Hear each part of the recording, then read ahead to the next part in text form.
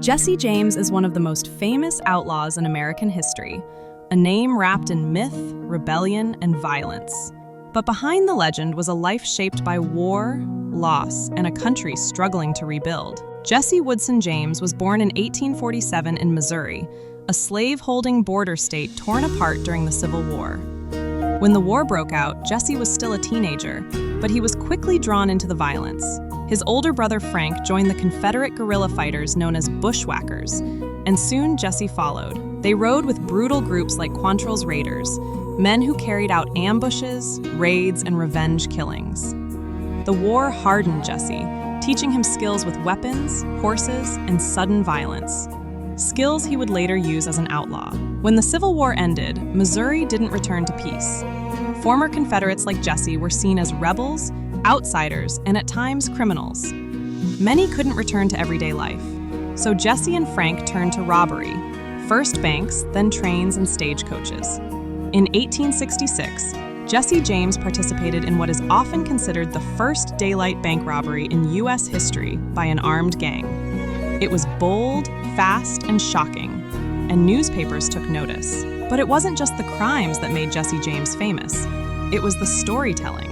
Pro-Confederate writers portrayed him as a Southern hero fighting Northern oppression, a rebel refusing to surrender. Others saw him as a ruthless criminal who killed without hesitation. Either way, his legend grew with every robbery. The James Younger Gang became famous for its daring attacks across the Midwest. But the law eventually caught up. In 1876, their attempted robbery in Northfield, Minnesota turned into a disaster. Townspeople fought back. Several gang members were killed, and the Younger brothers were captured. Only Jesse and Frank escaped. For years afterward, Jesse lived under assumed names, constantly moving, constantly looking over his shoulder. His gang was nearly gone, and trust was running thin. By 1882, Jesse believed he had loyal followers again. Two brothers, Robert and Charlie Ford. But the Ford brothers had secretly made a deal with the governor of Missouri. Bring in Jesse James, dead or alive. On the morning of April 3, 1882, in Jesse's home in St. Joseph, Missouri, he climbed on a chair to adjust a picture on the wall.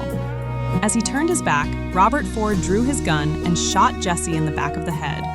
It was quick, sudden, and silent. The end of an outlaw whose life was anything but. Jesse James died at just 34. But the legend he left behind, part truth, part myth, has lasted more than a century, turning a Missouri outlaw into an icon of the American Wild West.